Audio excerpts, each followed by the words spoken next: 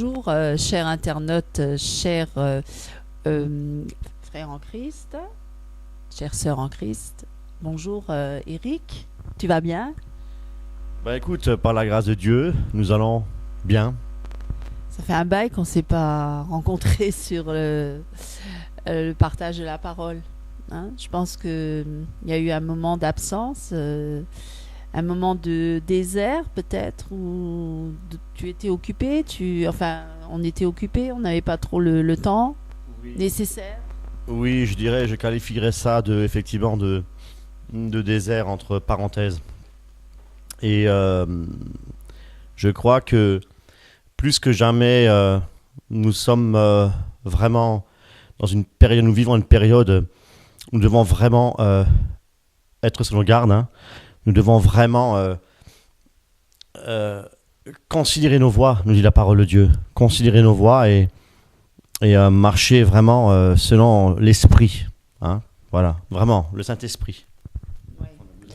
C'est vrai, je voulais juste saluer tous nos frères et sœurs en Christ et les remercier déjà pour les encouragements, parce que certains nous encouragent sur Internet, hein, sur YouTube, et qui demandent d'ailleurs qu'on continue à évangéliser, tout ça, faire l'évangélisation de rue. Donc, si aujourd'hui on a décidé encore une fois de faire un partage de la parole, c'est aussi suite à ces demandes de nos frères et sœurs en Christ qui apparemment aiment partager la parole avec nous. Et je vous remercie vraiment pour cet encouragement. Alors, c'est vrai que nous ce que nous voulons avant tout, et je pense que c'est ce que tu veux aussi, Eric, et tous ceux qui nous écoutent d'ailleurs, c'est de avant tout glorifier le Seigneur Jésus-Christ. C'est avant tout de mettre en valeur et de mettre en avant Jésus-Christ. Parce que c'est lui seul qui mérite toute la gloire et l'adoration de nos cœurs. Et c'est d'ailleurs de lui seul dont on va parler, parce que c'est lui seul qui peut sauver l'humanité, tous les hommes, ainsi que nous-mêmes. Et nous avons vraiment besoin de lui, et encore plus et davantage dans ces derniers temps si difficiles de la fin, où il y a tellement de choses qui nous échappent, hein, parce qu'on est vraiment petits, on est minuscules, on est comme des fourmis sur la terre, et c'est vrai que nous n'avons rien, nous ne pouvons pas contrôler toute cette gigantesque manipulation diabolique qui se manifeste dans le monde, qui se propage dans le monde. Et c'est vrai que la seule chose que nous pouvons faire, c'est d'implorer le Seigneur. C'est nos prières, c'est d'invoquer l'Éternel pour qu'il revienne déjà bientôt, mais aussi qu'il règle tous ces problèmes. Évidemment, d'autres aussi invoquent, mais ils n'invoquent pas le même Dieu. Je pense que c'est, avant tout, ils espèrent en un leadership qui va venir pour mettre de l'ordre dans tout ça, dans le désordre, de revenir avec de l'ordre. Et donc, cette venue-là, beaucoup l'espèrent aussi. Et d'ailleurs, certains pensent que ça va être le Messie. Mais avant que Jésus-Christ ne revienne, il y a encore la venue de l'Antéchrist, l'homme impie. Et c'est pourquoi nous devons être vraiment vigilants et sur nos gardes. Et d'où encore cette soirée du partage de la parole. Voilà, tu voulais rajouter quelque chose ? Non, pas particulièrement, mais ce que je dirais, c'est que c'est un partage vraiment improvisé, parce que nous ne savons vraiment pas quoi dire. Nous allons nous laisser conduire par le Saint-Esprit. Et je vais peut-être d'abord, premièrement, prier. Oui, tout à fait. Père éternel, Dieu Tout-Puissant, nous voilà, Seigneur, réunis ce soir, Seigneur, avec nos frères et sœurs, Seigneur. Nous te demandons une grâce particulière. Tu connais, Seigneur, le cœur de chacun, de chacune, ce soir, Seigneur. Et nous te prions, Père, pour que tu puisses vraiment te manifester, Seigneur, par la puissance de ton Esprit Saint, pour que les cœurs soient touchés, pour que, Seigneur, notre Dieu, nous puissions mettre le doigt, Seigneur, là où il faut, Seigneur, notre Dieu, pour que vraiment ils puissent recevoir de toi, Seigneur, une nourriture spirituelle. Oui, Seigneur, nous te demandons vraiment de nous guider par ton Saint-Esprit, pour que les âmes soient régénérées, Seigneur notre Dieu, pour que que des âmes puissent être sauvées, Seigneur, pour que des âmes puissent être touchées, Seigneur, par l'Esprit, par ton Esprit Saint. Nous avons besoin de ta grâce, et sans toi, Père notre Dieu, nous ne sommes rien. Sans ta grâce, nous ne sommes rien, Seigneur. Et nous te prions, Seigneur, vraiment ce soir de nous faire du bien. Seigneur notre Dieu, de renouveler aussi notre intelligence, nos pensées aussi, et que tout soit maintenant, Seigneur, dirigé par le Saint-Esprit. Père, bénis-nous, Seigneur, dans le puissant nom de Jésus-Christ, ton Fils bien-aimé. Amen. D'ailleurs, ce que je voulais dire, c'est que si nous enseignons, on enseigne, on partage la parole, on s'enseigne nous-mêmes aussi, hein, parce qu'on est loin d'être parfait. Et c'est vrai que chaque jour, nous avons besoin de veiller, d'être vigilants, de prier sans cesse, prier. Alors c'est vrai qu'il y a beaucoup de chrétiens qui négligent la prière, ou passent si peu de temps dans la prière, mais passent beaucoup de temps dans d'autres choses bien inutiles et futiles, et perdent énormément de temps dans les choses vaines de ce monde. Et les pensées sont tellement occupées par toutes ces choses vaines et par toutes ces choses futiles et inutiles qu'on a si peu de temps pour le Seigneur. Notre amour est vraiment très petit pour Jésus-Christ. Je trouve que nos préoccupations, nos occupations, nos divertissements, on est des chrétiens tellement dans le divertissement. Oui, c'est ça le danger aussi. Le diable, il est subtil, il sait comment y faire pour égarer ou éloigner les chrétiens de la présence de Dieu. C'est de les occuper constamment par des animations, des activités, des divertissements, même dans les églises. Surtout dans cette période, entre guillemets, de fête païenne, Noël, Nouvel An, ce n'est pas biblique, mes amis. D'ailleurs, le prochain partage de la parole, je voudrais bien qu'on reparle de tout ça. Parce que c'est vrai qu'on a une tendance à négliger la vérité et en mélange, comme d'ailleurs depuis tant d'années et depuis des siècles passés, le paganisme et puis soi-disant la saine doctrine, on mélange les deux et puis ça donne un mélange de chrétienté paganisée. Voilà, donc je suis désolée, mais c'est la vérité. Voilà. Ajouter quelque chose. Ce que tu dis est tout à fait vrai, louable, parce que récemment, nous avons nous avons surfé sur le net pour voir un petit peu des enseignements, des choses qui pourraient effectivement nous construire, nous édifier. Et on a vu, c'était un site messianique. C'était juste à la période de Noël, qui disait effectivement que, qui pratiquait donc les fêtes de l'Éternel. Bon, nous avons très bien compris que les fêtes de l'Éternel, tout est accompli en Jésus-Christ, nous le savons, il n'y a pas de souci. Mais ce que je veux faire, c'est un parallèle par rapport à cela, à la fête avec toutes ces fêtes de Noël et ces fêtes de Nouvel An et toutes ces fêtes de Saint-Sylvestre et compagnie. Nous savons que bien que même dans les églises dites évangéliques, dites chrétiennes, on fait des sapins de Noël, on les décore, etc. Et moi, je trouve ça inadmissible dans la mesure où Jésus-Christ n'est pas né le 25 décembre et de suivre donc un dogme étranger, un dogme qui ne vient pas de Dieu, et tandis que effectivement les réelles fêtes de l'Éternel quelque part, on les néglige, et je crois que le problème, il y a un sérieux problème. On privilège plus les fêtes païennes que les fêtes de Dieu. Voilà, donc c'est ce que je voulais ajouter. Donc nous ne sommes pas messianiques, c'était juste pour bien vous faire comprendre la différence qu'il y a effectivement entre les fêtes païennes qui sont pratiquées entre guillemets dans les églises évangéliques. Voilà. D'ailleurs, on peut appeler ça le feu étranger qui est dans l'église, quoi. Hein. Et puis bon, ça contribue bien. Je veux dire, ça enrichit pas mal de monde quand même, les fêtes là, hein. Entre autres les commerçants, mais également les églises aussi peut-être. Mais c'est vrai que tout ça, ça n'a rien à voir avec la parole de Dieu, avec la Bible. Je ne pense pas que à l'époque des apôtres, on fêtait Noël déjà, parce que bon, Jésus n'était pas encore mort, mais je veux dire, même les premiers chrétiens, après la mort de Jésus-Christ, de rappeler, soi-disant, l'anniversaire de Jésus-Christ, parce que c'est ça, l'anniversaire, le 25 décembre, comme ils disent, la naissance du Christ. Mais en fait, beaucoup ont fait des recherches là-dessus, et ils ont bien compris que Jésus n'était jamais né le 25 décembre, déjà, parce qu'à l'époque où il est né, il y avait les bergers dans les champs. Et c'était qu'au printemps qu'ils se retrouvaient là à garder les moutons. Et pas en hiver. Le 25 décembre, c'est l'hiver. Donc c'est le solstice d'hiver. Et là, c'est plutôt le 25 décembre. On fait plus la fête du soleil. Et puis, parce que c'est le jour le plus sombre. Hein, je pense que c'est la journée la plus courte. Et puis après, il y a le renouveau parce que, parce que les journées vont se rallonger et puis le soleil va briller un peu plus. Et en même temps, c'est des fêtes sataniques. Le 25 décembre, il y a des sacrifices humains ce jour-là, je crois. Hein. Et un calendrier satanique. Donc nous nous basons sur les calendriers sataniques et non même pas sur les calendriers bibliques hébraïques, quoi. Enfin, de l'époque, on n'est pas judaïsant, mais c'est juste pour dire que là, on est vraiment sur le calendrier romain. Hein, romain. Donc, ça n'a absolument rien à voir avec la parole, l'écriture.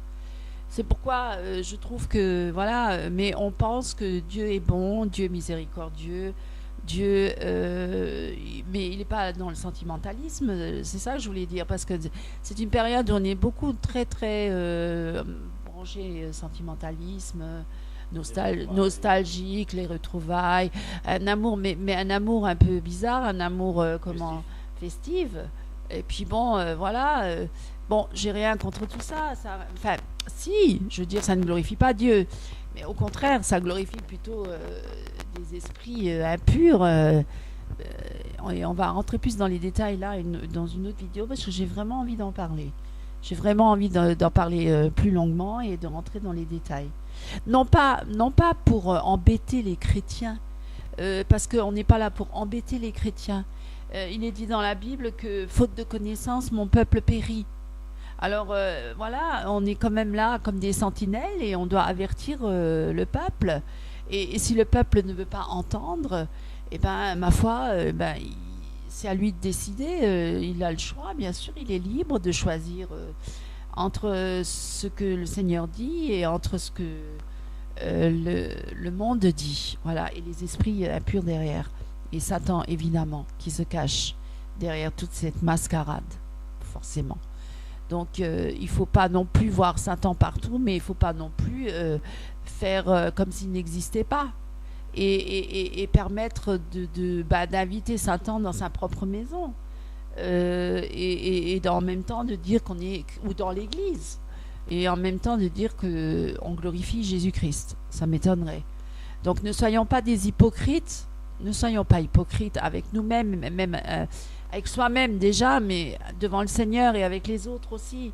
Parce qu'on dit être chrétien, mais on participe très largement et bien grassement à toutes ces fêtes, parce que quelque part, la chair, elle aime ça. Il faut quand même le reconnaître. Elle aime beaucoup. Voilà. Les bonnes bouffes et le bon vin et toutes ces bonnes...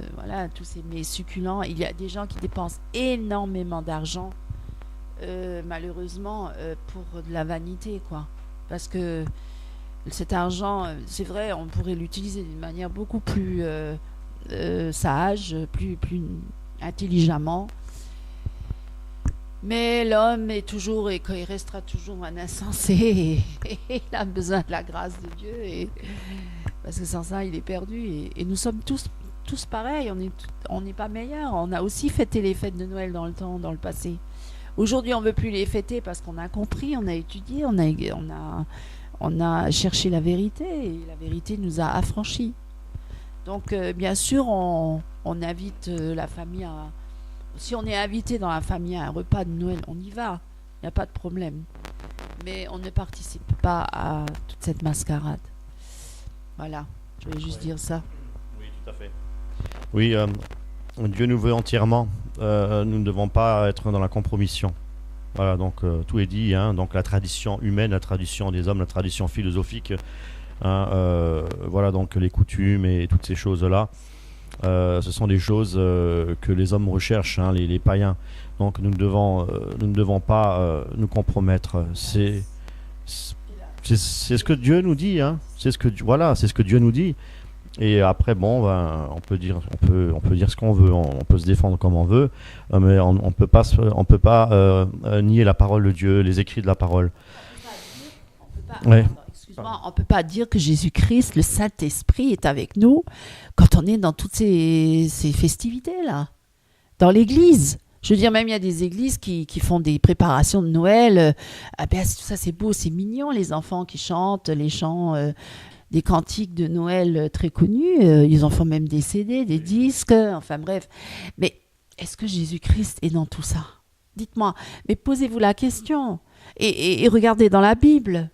La parole de Dieu, c'est notre code de route spirituelle. C'est elle qui nous montre la vérité. La vérité, elle est en Jésus-Christ. Donc, mes amis, priez, demandez au Seigneur. Et il vous révélera vraiment si Noël, Nouvel An, toutes ces fêtes, et maintenant bientôt...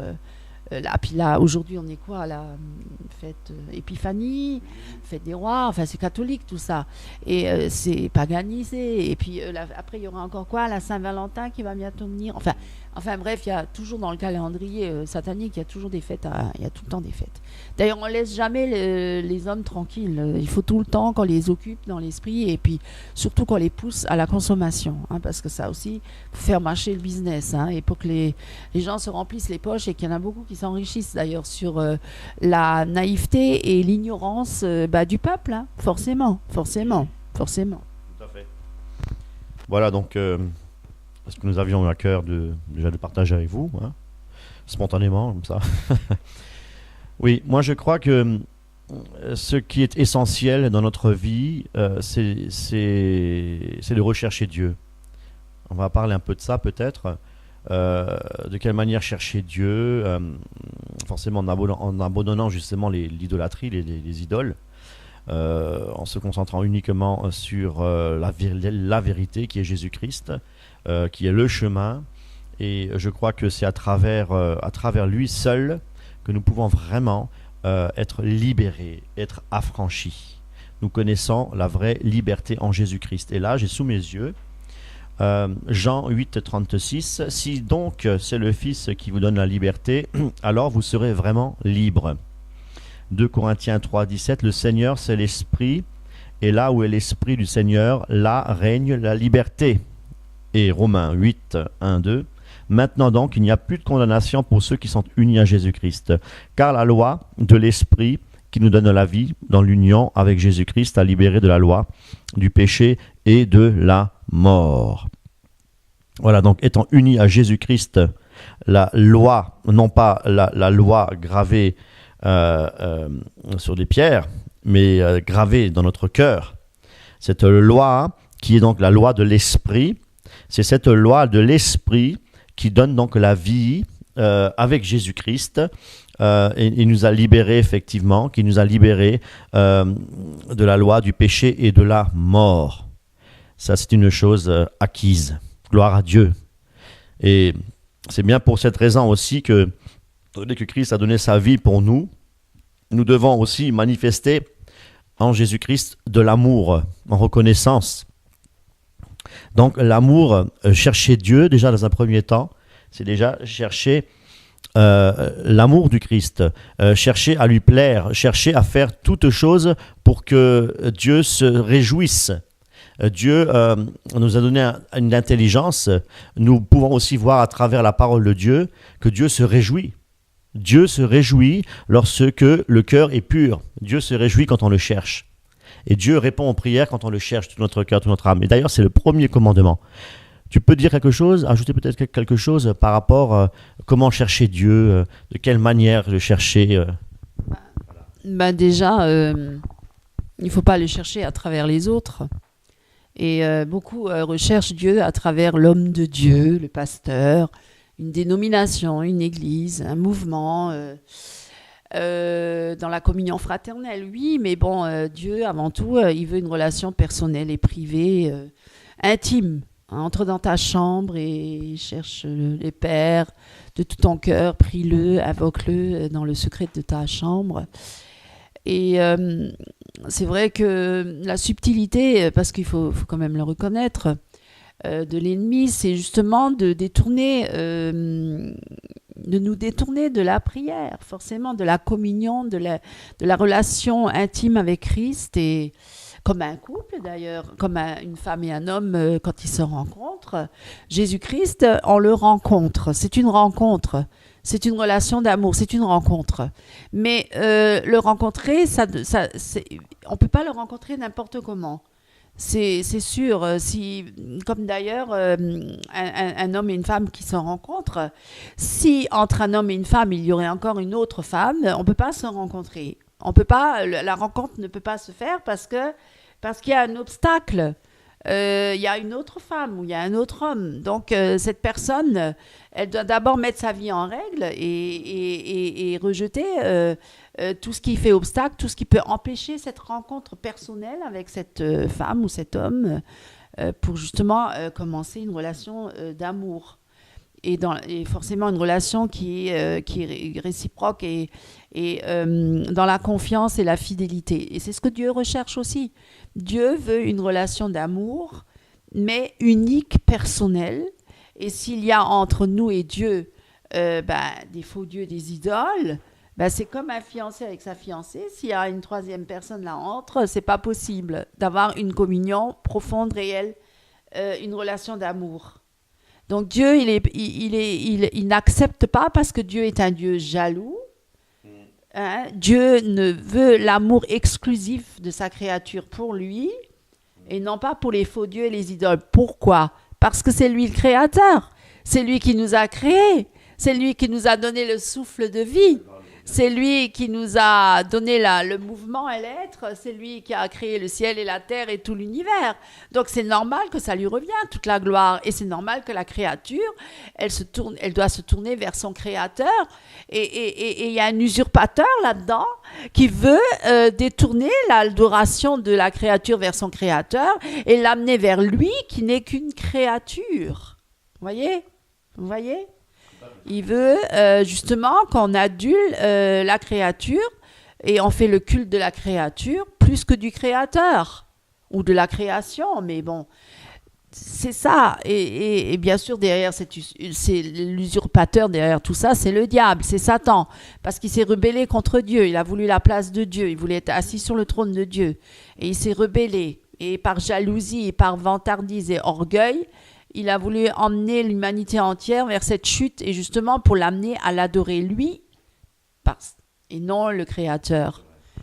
Et l'histoire, c'est que Dieu rappelle son peuple en disant je veux ton amour exclusif pour moi parce que moi, je t'ai créé, je t'aime et je sais ce qui est bon pour toi. Alléluia. Voilà. Et en fait, Dieu est bon, Dieu est amour. Mais c'est nous, c'est dans notre nature de rébellion, notre nature pécheresse, qui nous amène toujours à rechercher d'aduler une créature. Et d'ailleurs, vous voyez bien, de remplacer Dieu par autre chose, d'ailleurs. Et d'ailleurs, on le voit dans le monde. On adore les stars. Ça montre déjà où l'homme politique qui est une star, on élève l'homme, on élève toujours l'homme. Et l'homme veut s'élever. L'homme a tendance à vouloir s'élever, même dans les églises. L'homme veut le leadership, là, comme il parle toujours, ou bien l'homme de Dieu, le pasteur. L'homme qui s'élève au-dessus de tous, les chantres, les femmes, on veut toujours glorifier plus l'homme que Jésus-Christ. Voilà. Jésus-Christ, on le fait tout petit, on l'utilise, Jésus-Christ, on l'utilise comme un distributeur automatique. Donne-moi ci, donne-moi cela, je veux la gloire, je veux ci, je veux réussir, je veux être ça, je veux être ça, je veux être ça. Et ensuite, Jésus, bon, c'est bon, maintenant, je t'ai assez vu, moi, je veux ma gloire. Maintenant, les hommes et les femmes m'adulent. Là, je suis connu. Maintenant, je suis un grand musicien. Je veux devenir un très grand musicien. Je veux être le meilleur d'entre tous. Je veux être au-dessus de tous. Je veux qu'on m'adule. Je veux qu'on m'adore. Et voilà, il y en a beaucoup des gens. Voilà, donc, et c'est de plus en plus d'ailleurs. Et l'homme-dieu, l'homme qui se dit être Dieu, il est Dieu. Et voilà, et la femme aussi, elle veut être adulée pour sa beauté. Mais oui, mais c'est ça. Pour sa voix, sa belle voix. Elle chante pour Jésus, mais en fait, elle chante surtout pour elle-même, pour son intérêt. On recherche beaucoup notre propre intérêt. Il faut le reconnaître. L'homme est de nature pécheresse. Il n'y a rien de bon dans le cœur de l'homme. Et nous, les premiers, les chrétiens, on a besoin de Jésus-Christ. On a besoin que Christ en nous change nos cœurs, notre vie, notre esprit, notre âme, notre corps. Parce que le chrétien qui vit par l'âme, il ne vit pas par le Saint-Esprit. Il vit par la chair. Il vit par les émotions, par les sentiments, par tout ça. Et d'ailleurs, c'est ça le chrétien charnel. Et il est très dangereux. Il est très dangereux parce qu'il peut entraîner le chrétien spirituel à la chute, à l'apostasie. Voilà d'où vient le danger. D'où vient le danger de cette apostasie générale, parce qu'on regarde plus à l'homme. On est inspiré par des fausses doctrines que le diable inspire dans les pensées des hommes, justement, qui sont charnels, hein, qui vivent certainement dans le péché, dans toutes sortes de péchés, d'adultère, de fornication, tout ce qu'on veut, qui aiment plus la gloire et l'argent que Dieu.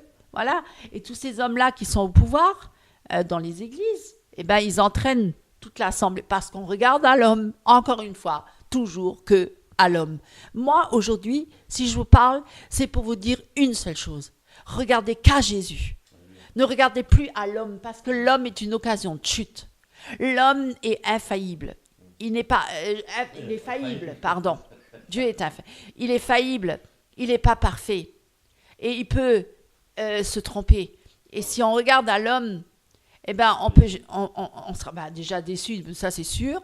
Et en même temps, on risque de perdre son salut. Hein, et on risque de s'éloigner de Jésus-Christ et puis d'aller finalement mourir en enfer. Hein, parce que l'enfer existe quand même. Et croyez-moi, beaucoup de chrétiens sont aussi dans l'ignorance de cette vérité-là. Beaucoup disent, non mais Dieu il est tellement bon, il ne peut pas avoir créé l'enfer. Mais non, voilà. Donc là aussi, ce n'est pas biblique. Lisez la Bible, mes amis. Plongez-vous dans les Écritures. Je vous garantis, Dieu n'est pas sentimentaliste.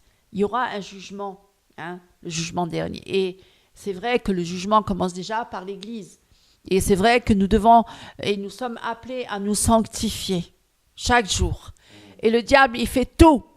Et la chair qui veut toujours se réveiller, la chair, cette chair qui doit être morte à la croix avec Jésus. Cette vieille nature, ce vieux moi qui se réveille toujours et qu'on veut toujours réveiller. Et que le diable veut réveiller. Ou nos amis, famille veulent réveiller pour chatouiller la chair, titiller la chair pour encore la glorifier un peu. Oh, elle est donc si bien cette chair-là. Non, elle est pourrie cette chair-là. Il n'y a rien de bon dans le cœur de l'homme. Il n'y a rien de bon. On est perdu. On est perdu. On a besoin de la vie de Christ en nous. On a besoin du Saint-Esprit. Et on a besoin de se soumettre à Christ en toutes choses. Et vraiment, et de renoncer vraiment à nous-mêmes. Et d'accepter que Jésus-Christ vraiment nous conduise pleinement. Parce que tous ces projets-là, tous ces chrétiens-là, c'est que pour leur propre gloire. Hein. Il y en a beaucoup, ils recherchent que leur propre gloire. Et moi, je suis saturée, je suis fatiguée de ça. Je suis fatiguée, mes amis, je vous le garantis, je suis fatiguée. Je suis fatiguée de tous ces gens qui cherchent leur propre gloire et qui veulent tout le temps se mettre en avant et toujours se valoriser par leurs dons, par leurs capacités, Mais c'est un piège, c'est un piège. Jésus n'est pas venu pour ça. Jésus est venu sauver l'humanité de quoi ? Hein, déjà des pièges de Satan, les libérer de la mort et du péché du monde. Il a dit, mon royaume n'est pas de ce monde. Pourquoi on recherche les choses de ce monde ? Pourquoi on veut tellement s'enrichir ?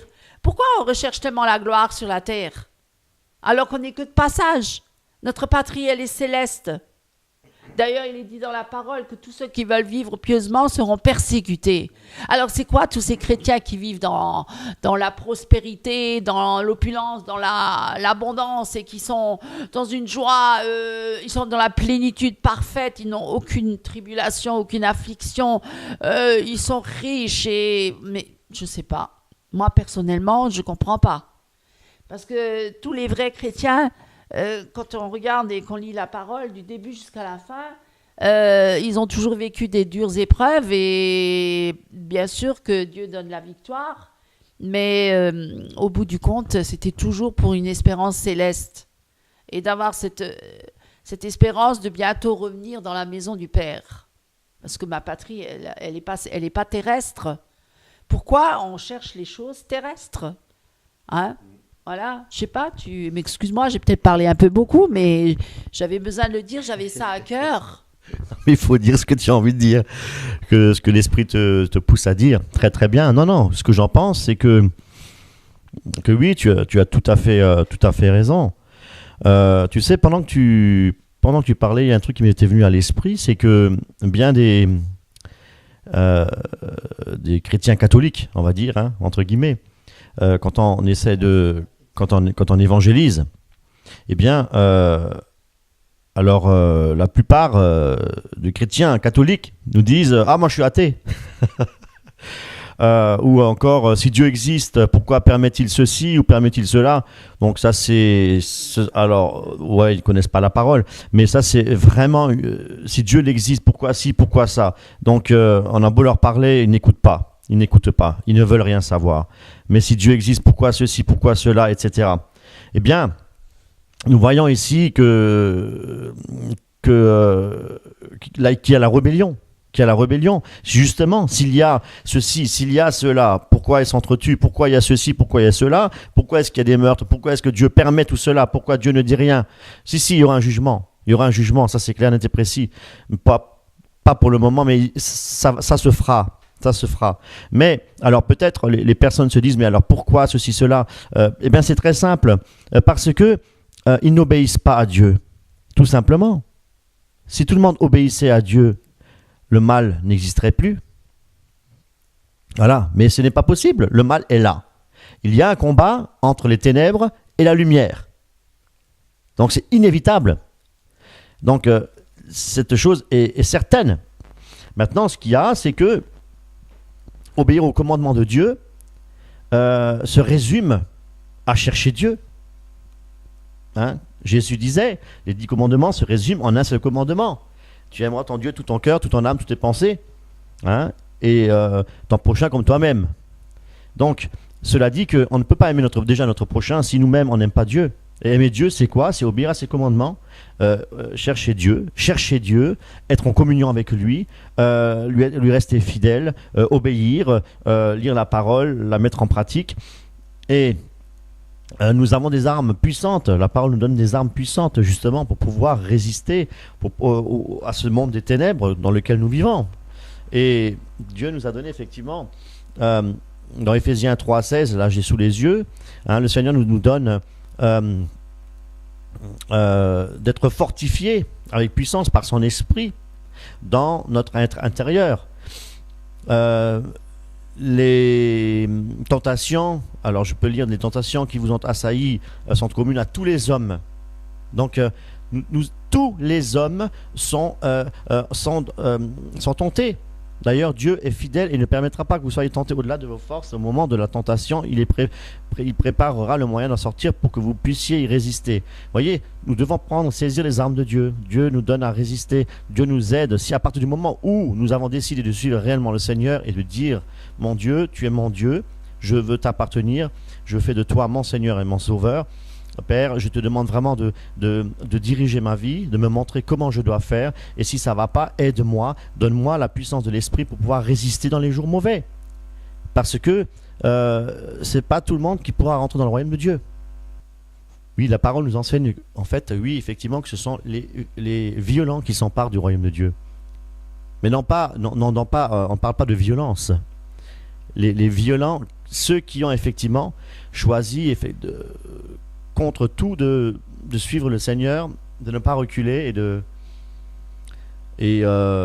marcher dans la vérité, dans la sainteté, dans l'amour du Seigneur. Voilà, donc pour pouvoir effectivement un jour hériter le royaume de Dieu. Voilà. Oui, tout ça c'est bien beau, mais il y en a beaucoup qui sont des hypocrites. Hein. Beaucoup disent suivre le Seigneur, mais Jésus, il connaît les siens. Et vraiment, il connaît ceux qui le suivent vraiment, vraiment pleinement, à 100%. Parce qu'il y en a beaucoup, c'est que des apparences trompeuses. Et moi, j'en connais ô combien. Moi, je ne suis pas là pour les juger, pour les condamner, mais je sais que ce sont des personnes Dans ma vie, ils m'ont plus causé de tort que de bien. Voilà. Finalement, parfois, c'est les chrétiens qui nous font plus de mal que de bien. Parfois, c'est même pas les païens qui nous font. Bon, les païens, on sait qu'ils connaissent pas Christ et puis ils sont, ignorants. Hein, ils sont dans l'ignorance. Donc, à la limite, on peut leur dire, Père, ils savent pas ce qu'ils font. Mais un chrétien qui dit être chrétien et qui dit suivre Christ, parfois, il peut être plus dangereux que ceux du monde. Hein. Parce que bon, ceux du monde, moi, quand je prêche Jésus dans des endroits, par exemple, où je travaille, forcément, il y a une forme de persécution qui se déclenche parce que le diable n'est pas content. Mais dans le milieu chrétien, c'est beaucoup plus subtil. Parce que oui, le diable, il est entré dans les églises aussi et parmi les chrétiens, forcément. Et là, c'est beaucoup plus subtil. Il faut être là très, très vigilant et il faut connaître vraiment. Il faut avoir le discernement. Il faut avoir beaucoup de discernement. Et là, Dieu, il donne le discernement. Si vous priez, vous passez beaucoup de temps avec Dieu, Dieu va vous révéler les choses. Il va vous montrer, et d'ailleurs, il vous révèle l'état d'âme des personnes. Il vous révèle l'état d'âme. Et c'est vrai que plus on avance avec Christ, et plus Dieu nous donne des armes spirituelles, forcément. Parce que c'est pas contre la chair et le sang que nous avons affaire, forcément, mais contre les esprits méchants célestes, les dominations, les autorités, les principautés, les puissances des ténèbres, le diable et tous ses démons. Et forcément, le monde entier est sous l'emprise du malin. Et il y a l'homme, bien sûr, avec sa nature pécheresse. Donc l'homme avec sa nature pécheresse ouvre des portes, forcément, à l'ennemi. Donc le chrétien, moi, je suis entourée par beaucoup de gens qui disent être chrétiens. Mais quand je vois le fruit dans leur vie, je ne vois pas des fruits spirituels, je vois que des fruits charnels.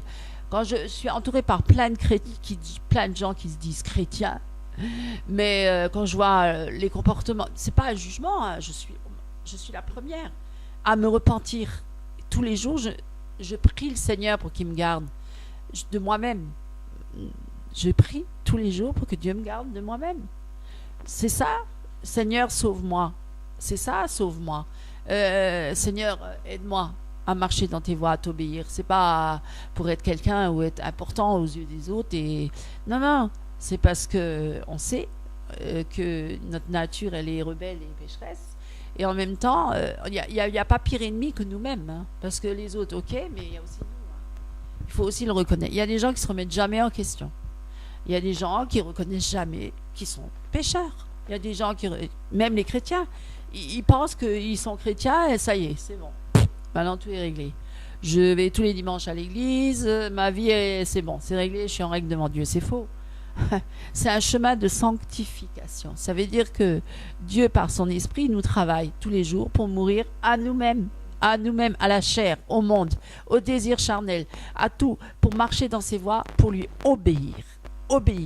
L'obéissance vaut mieux que les sacrifices. Dieu n'en a que faire de nos œuvres. Dieu n'en a que faire de nos belles paroles. Dieu n'en a que faire de nos belles prédications. Dieu n'en a que faire de nos belles chansons. J'allais dire chansons, parce que non, chansons, variété française, non. Oui, presque, mais de nos prestations musicales, aussi belles soient-elles. Bien sûr, on peut passer des heures à travailler la musique et le chant et on va sortir une belle prestation. On peut travailler la prédication et venir avec une belle prédication. Mais Dieu n'en a que faire de tout ça. Il s'en fout de tout ça. Franchement, je vous le dis. Hein. C'est pas les apparences sont trompeuses. Ce qu'il veut, c'est notre cœur, notre esprit, notre âme, notre corps. Il nous veut tout entier, qu'on lui appartienne. Et qu'on renonce à ce monde de ténèbres, de perdition. Qu'on renonce à ce monde matérialiste et illusoire. Parce que le matériel, on ne l'emportera pas. Et toute la gloire qu'on a sur la terre, on ne l'emportera pas non plus.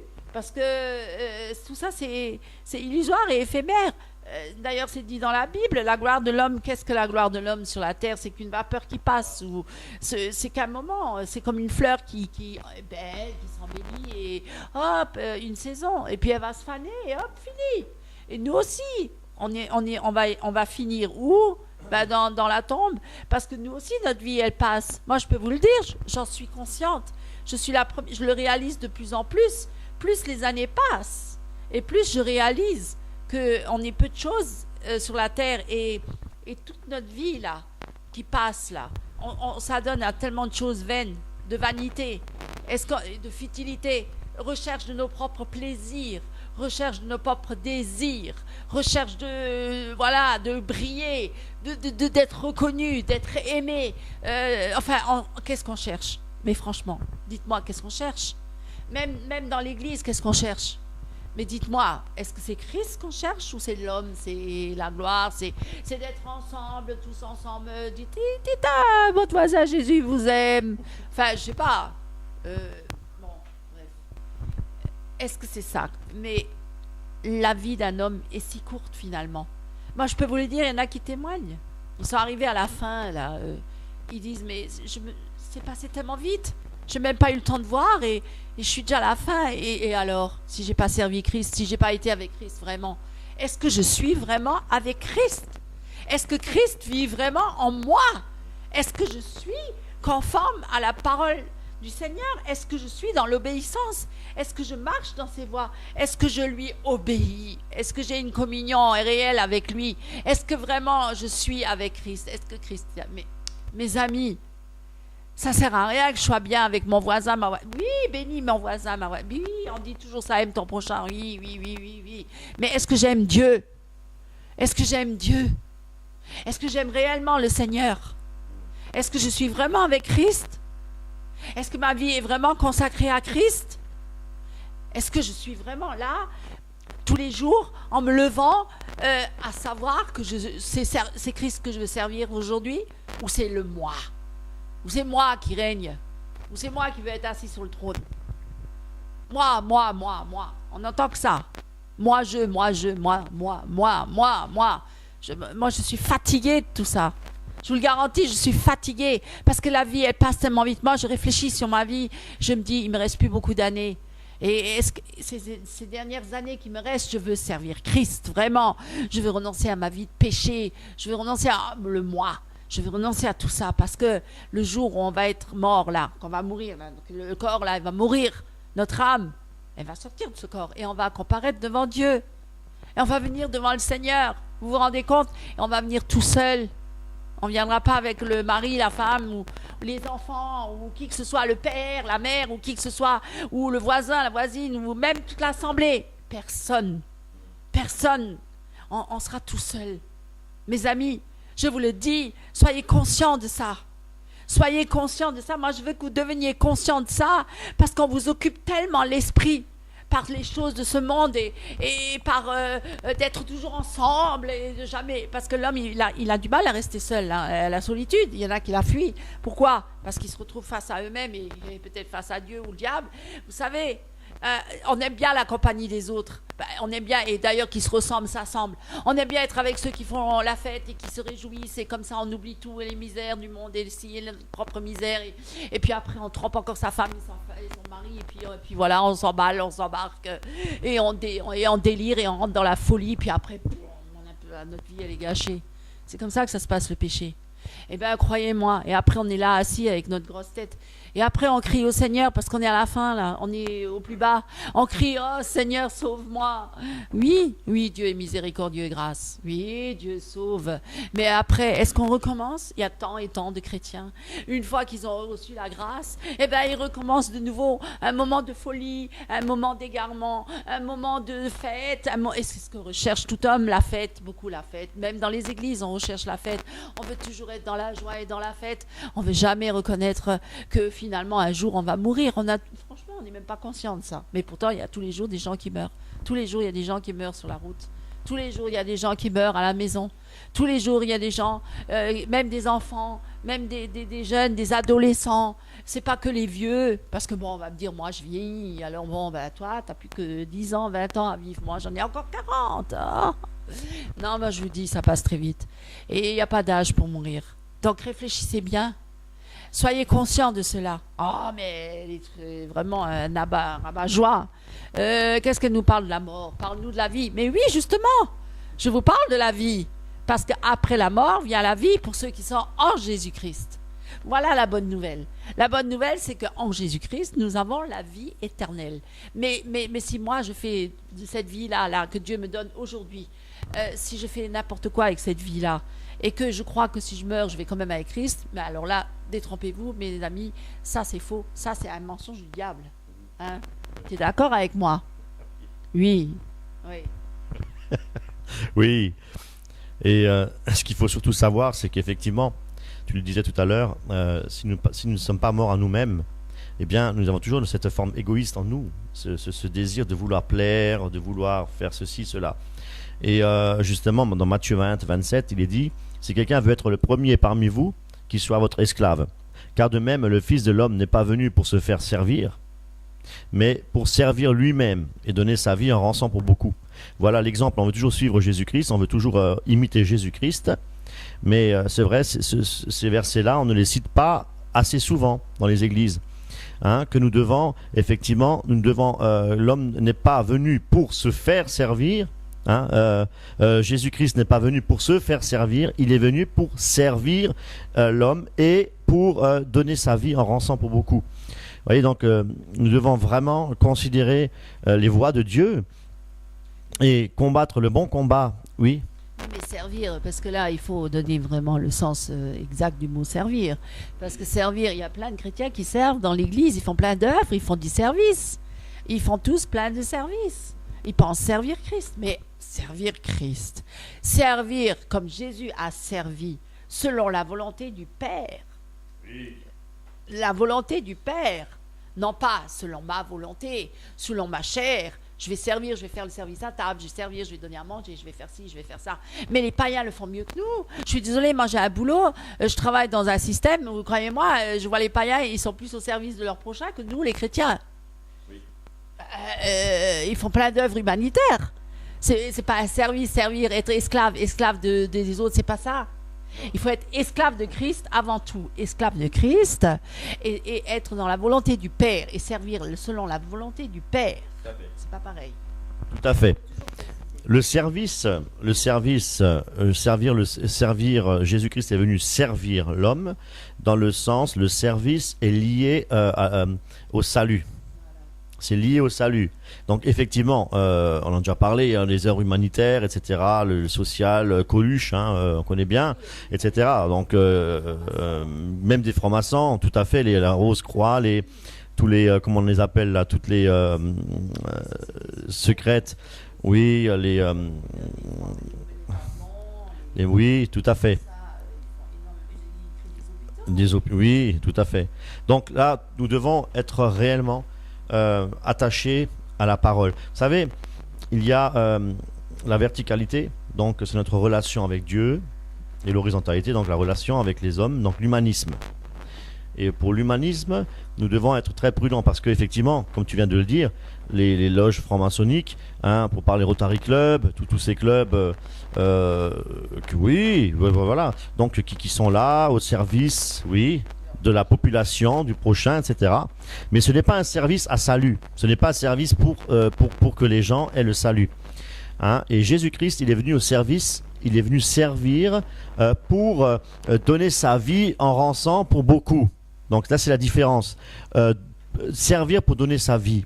Il est venu servir pour que nous ayons la vie éternelle. Et pour avoir la vie éternelle, il faut que Jésus-Christ a été cloué sur la croix et a versé son sang. Voilà. Donc le service, il nous a servi pour que nous puissions avoir la vie éternelle. Donc c'est un service vertical. Donc cette relation, ce service avec les humains, oui, mais pour leur salut. Servir Dieu, par exemple, évangéliser, c'est servir Dieu. Hein, dénoncer le péché, parler de la sainteté, prêcher la parole de Dieu, la croix et obéir au Seigneur forcément, l'aimer, se repentir, etc. Donc ce sont des services agréables à Dieu. Ce sont des sacrifices quelque part, c'est un travail à réaliser. Jésus-Christ, c'est un sacrifice, il s'est sacrifié sur la croix pour nous sauver. C'est un sacrifice valable en toute éternité. Et ça, c'est merveilleux. C'est ce genre de sacrifice que Jésus-Christ a créé. Ce genre de service que Dieu a créé. Donc, servir Dieu n'est pas forcément servir Dieu d'une manière horizontale. Aimer son prochain, mais on n'aime pas Dieu, hein, parce qu'on n'obéit pas à Dieu, ce n'est pas servir Dieu. Voilà, il faut être clair. Effectivement, c'est bien que tu en as fait. Tout à fait. Voilà, ce qui plaît à Dieu, il est écrit dans 1 Thessaloniciens 5, 21, examinez toutes choses, retenez ce qui est bon. Et ce qui est bon, c'est le royaume de Dieu. Le royaume de Dieu ne consiste pas non plus en parole, mais aussi en puissance. Dieu est tout puissant. D'ailleurs, je voulais rajouter que dans Galates, c'était une parole que celui qui cherche la faveur des hommes n'est pas digne de me suivre.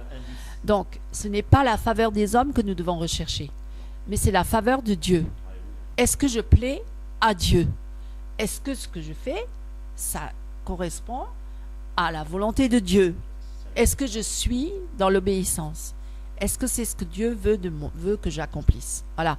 Alors, pour le savoir, il faut prier, il faut passer du temps avec Dieu. Il faut lui parler, parce que Dieu est un Dieu qui parle, il répond et il nous conduit par le Saint-Esprit.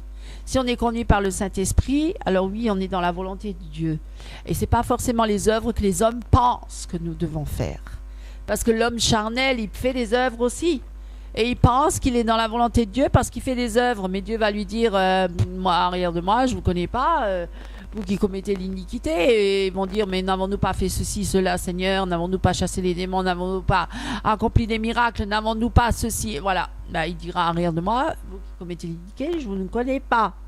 Donc voilà. Pourtant, ils font des œuvres. Ils en font plein. Parce qu'il y a tellement de confusion là-dedans aussi. Parce que moi aussi, avant, j'étais dans les églises, je faisais des œuvres. Tout le monde croit parce que tu dois toujours service de son prochain. Voilà, j'ai fait une bonne œuvre, voilà, je suis bien agréé devant Dieu. Ah bon? Et puis 2 minutes après, je vais fumer une cigarette, je pêche. Ou je vais convoiter une femme dans la rue, voilà, est-ce que j'ai, franchement. Mais j'ai fait un service dans l'église, je regarde toutes les femmes sur Internet, je les convoite, je trompe ma femme, mais non, moi je connais les hommes de Dieu. Enfin, les hommes de Dieu, c'est des chrétiens. Je connais les chrétiens, ils disent, moi, j'ai jamais trompé ma femme, jamais divorcé, jamais rien. Mais toute sa vie, il a convoité les femmes sur Internet, dehors dans la rue, dans l'église, partout. Écoutez, mais arrêtez d'être hypocrite comme ça. Non, mais franchement, vous croyez que ça, devant Dieu, ça tient, ça? Non, mais de qui se moque-t-on? Moi, franchement, quand on me sort des âneries comme ça, j'ai envie de répondre, mais je me tais, je me retiens. Mais... je suis en face de beaucoup de chrétiens hypocrites. Des chrétiens là qui sont en face de moi. Des fois, pardon Seigneur, c'est vrai. Des fois, j'aurais envie de les baffer. Bon. Je me retiens parce que je dois être douce et agréable selon la volonté de Christ. Je prie pour que Dieu m'adoucisse et que Dieu me donne de pas toujours répliquer, de me donner de la sagesse, de me taire quand il faut se taire. Mais bon, voilà. Mais c'est très difficile. C'est très difficile parce que on est vraiment confronté à beaucoup de monde qui se dit de plus en plus chrétien, mais qui vit comme le monde. Moi, je suis désolée. Et c'est de plus en plus le cas. On se mélange les uns avec les autres et on est mélangés tous les uns. Ça va plus, ça peut plus continuer comme ça. Dieu, il faut qu'il fasse le ménage. Dieu va faire le ménage dans les églises. Dieu va faire le ménage. Il va commencer. Le jugement commence par l'église. Moi, je vous garantis que ça va venir. Ça va venir. Ça va plus durer. Parce que déjà là, le monde il est comme une poudrière. Ça va exploser. Mais dans l'église aussi, parce que ça peut pas continuer comme ça.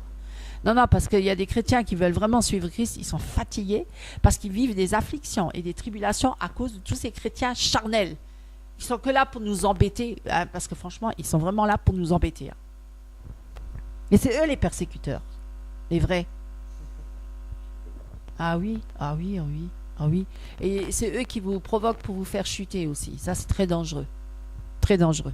Je vous le dis, il faut être clair là-dessus. Il faut arrêter. On n'est pas dans l'évangile bébé bisounours.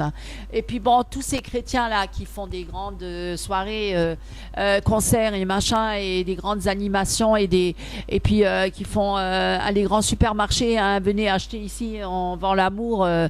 Bon, excusez-moi, mais là aussi, ça commence je suis fatiguée aussi de ces chrétiens-là. Ces chrétiens toujours souriants, ces chrétiens toujours brillants, toujours lumineux, toujours bien portants. On vient chez eux, on a tout, on est privé de rien. Enfin, on se demande, mais c'est pas l'évangile, ça. Enfin, moi, je sais pas, mais je sais pas. Enfin, non, l'évangile, c'est Jésus-Christ. Et c'est tout. Je crois qu'il est largement suffisant, Jésus-Christ, dans notre vie. On n'a pas besoin d'autre chose. Et dans 1 Jean 4,16, il est écrit, nous avons connu l'amour que Dieu porte et nous y avons cru. Dieu est amour. Oui, Dieu est amour. Celui qui demeure dans l'amour demeure en Dieu. Et Dieu demeure en lui. Voilà. Maintenant, effectivement, si nous restons là, Colossiens 3,2, de toutes vos pensées, tendez vers les réalités d'en haut et non vers celles qui appartiennent à la terre. Donc, restant christocentrique, hein, comme je l'ai dit tout à l'heure, cherchant réellement une relation verticale avec notre Dieu, et le Seigneur ayant toujours les pensées dirigées vers notre Seigneur, et demandant toujours à Dieu de nous diriger par le Saint-Esprit. Et je vous assure que le Seigneur nous donnera ce dont nous avons besoin pour supporter toutes les tentations et tout ce qui va encore se passer. Hein, nous sommes au bord oui, d'une guerre civile. Je crois que les choses vont s'accélérer. Et comme je le disais déjà dans une autre vidéo, il faut vraiment se préparer, hein, à la persécution, se préparer au royaume de Dieu. Je vais en parler de la persécution. Parce que je voulais justement préciser qu'il y a beaucoup de chrétiens qui vont tomber très haut parce qu'ils ne sont pas préparés à ça. Ils ne sont pas préparés à la persécution. Ils s'imagineront jamais qu'ils vont être persécutés. Non, pour eux, ça n'existe pas. C'est pas possible. Dieu est amour et Dieu va nous garder, nous protéger. Mais pourtant, dans la Bible, tous les chrétiens, tous ceux qui étaient engagés avec Christ, ils ont été persécutés. Ils ont été lapidés, ils ont été crucifiés, ils ont été tués. Vous croyez qu'on va être épargnés aujourd'hui ? Écoutez, moi je ne sais pas. Si on est épargné, tant mieux, que le Seigneur vienne nous chercher et puis on ne souffrira pas. Mais c'est ce que tout le monde souhaite. Hein. Mais maintenant, si à la persécution, est-ce qu'on va rester fidèle à Christ ? Combien vont renier Christ ? Combien vont renier Christ ? Combien ? Attachez-vous à Christ et à la parole. Ne vous attachez pas aux hommes, ne vous attachez pas à tous les divertissements et aux gens et tout ça, au monde, à l'argent et tout. Attachez-vous. Hein ? Même au mouvement, oui. Attachez-vous à Christ avant toute chose et arrêtez de pécher. Renoncez à votre vie de péché, sanctifiez-vous, purifiez-vous, préparez-vous pour le retour du Seigneur. Moi, je vous le dis, il est à la porte. Il est à la porte. Cherchez Dieu avant tout. Cherchez sa présence. Cherchez sa présence avant tout. C'est ça le conseil que nous avons tous les deux à vous apporter ce soir. C'est ce que nous voulons aussi faire. Parce que ce que nous disons là, ça nous concerne aussi. Nous aussi, on veut aller au ciel, on veut aller dans le royaume de Dieu. On veut vraiment être avec Christ pour l'éternité. Et c'est notre espérance. C'est la nouvelle Jérusalem, c'est d'être éternellement avec Christ. C'est notre joie, c'est notre réjouissance. Réjouissez-vous. Levez vos têtes car votre délivrance est proche. Voilà, mes amis, persévérez dans la prière, la méditation de la parole et soyez vigilants et renoncez au péché, à toute forme de péché, toute forme de péché. Sanctifiez-vous, purifiez-vous, renoncez à vous-même, vraiment, marchez avec Christ. Les temps sont mauvais, les temps sont mauvais, je vous le dis, les temps sont mauvais. Voilà, soyez bénis. Et tu voulais rajouter quelque chose ? Oui, je voulais juste ajouter que pour connaître réellement Dieu, il faut se débarrasser du moi. Et il faut craindre le Seigneur. La crainte de Dieu, vous pouvez... Moi, je vous encourage à lire dans l'Ancienne Alliance les Lévitiques, les Deutéronome et tous ces livres de la loi, sachant que nous ne sommes plus sous la loi, hein. Nous sommes en Jésus-Christ. Hein. Jésus-Christ a accompli la loi. Il nous a sauvés. C'est à travers Jésus-Christ que nous sommes sauvés, pas à travers la loi. Et il nous a sauvés de la malédiction de la loi. Mais juste pour voir la crainte de Dieu. Hein, parce que beaucoup lisent beaucoup le Nouveau Testament, la Nouvelle Alliance, où on parle beaucoup Dieu est bon, Dieu est bon, bien entendu. Mais l'Ancienne Alliance, on voit un Dieu terrible, on voit un Dieu de vengeance même. Hein. Donc moi je crois qu'il est bon d'avoir la crainte de Dieu. Et c'est le commencement de la sagesse, nous dit la parole de Dieu. Donc je vous encourage vraiment à lire la parole dans sa globalité. Et pas seulement des fragments ou peut-être juste la Nouvelle Alliance ou l'Évangile de Jean. Mais lisez aussi les Lévitiques, lisez les livres des rois, lisez tous ces livres c'est la parole de Dieu, elle reste la parole de Dieu, et son accomplissement étant Jésus-Christ, ne l'oubliez pas. C'est la Genèse jusqu'à l'Apocalypse, c'est un seul livre entier. Ce n'est pas 2 livres divisés. C'est un livre entier, et c'est la parole de Dieu. Alors lisez la parole de Dieu, pour voir Dieu, pour connaître Dieu dans l'ancienne alliance. C'est le même Dieu que de la nouvelle alliance. Et là, pour recevoir la crainte de Dieu. Voilà, en tout cas, moi je vous aime, nous vous aimons dans l'amour de Dieu. Et que le Seigneur vous bénisse richement et abondamment. Alléluia. Je voulais juste rajouter que on n'est pas là pour propager un évangile de peur. Hein. C'est pas pour vous faire peur qu'on parle comme ça. Non. Mais oui, craindre Dieu. Il faut craindre Dieu. Et parce que Dieu, il est saint, il est pur. Et il a en horreur le péché. Il a en horreur le péché. Et il ne changera pas de ce côté-là. Il n'acceptera jamais le péché. Et personne n'entrera dans le royaume de Dieu.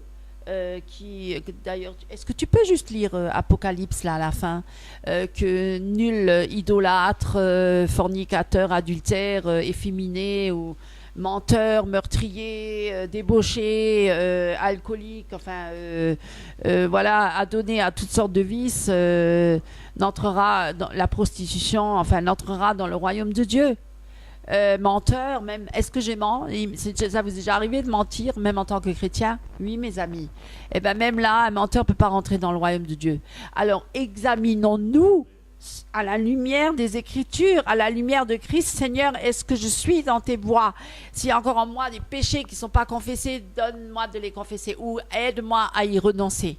Aide-moi à renoncer à toute forme de péché. Seigneur, pardonne-moi la colère, même voilà, pour plus s'emporter, pour plus s'irriter, s'énerver. Seigneur, donne-moi ta grâce pour ça. Aide-moi, change mon cœur, change ma vie. Aide-moi, Seigneur, à pardonner à mes ennemis, à ceux qui m'ont fait du mal et qui m'ont offensé, que je leur pardonne. Donne-moi le pardon, parce que ça aussi, il y a beaucoup de manque de pardon parmi les chrétiens. Et on est après irrité, on est amer, on a de l'amertume, de l'animosité. Certains s'endurcissent dans le cœur, résistent et tout ça au Saint-Esprit et tout ça. Et il y a beaucoup d'orgueil aussi. Mais tout ça, c'est des péchés. Et on doit les confesser et on doit renoncer à ces péchés. On doit renoncer aux mensonges, on doit renoncer à l'orgueil, on doit pardonner à nos ennemis, à ceux qui nous disent du mal, qui font la sorcellerie, hein, ceux qui parlent la médisance, la calomnie. Le diable est rentré dans les églises aussi pour ça. Pardonnons-nous les uns les autres. Et voilà, ne faisons point le mal, évitons de faire le plus possible le mal autour de nous et marchons avec Christ. Que Dieu nous aide, mes amis. Que Dieu nous aide, le chemin est étroit. Le chemin est étroit.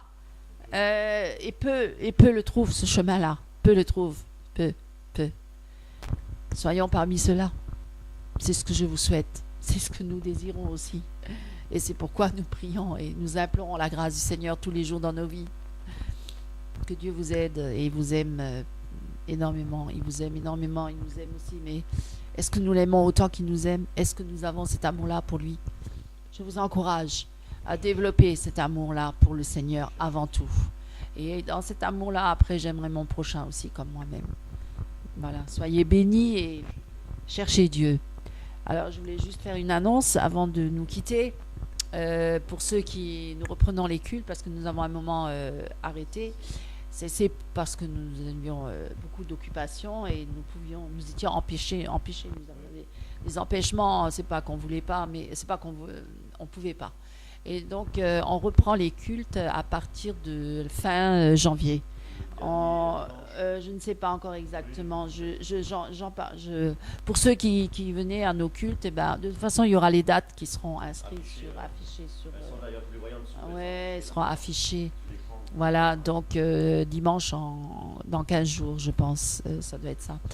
Donc voilà, mes amis, je vous encourage vraiment à continuer à chercher Christ et surtout et avant tout, c'est Christ, c'est Jésus-Christ, c'est Jésus le merveilleux, le sauveur, le roi des rois, le Seigneur des seigneurs, le tout-puissant, c'est Jésus notre sauveur, c'est Jésus qui revient bientôt, c'est Jésus que vous devez glorifier, c'est Jésus que vous devez rechercher, c'est Jésus que vous devez élever et que Jésus, c'est à lui seul que vous devez regarder, c'est Jésus que vous devez suivre et non pas un homme et une femme ou qui même pas nous, qui que ce soit, mais seulement Jésus-Christ. Priez, cherchez Dieu avant tout. Amen. Amen.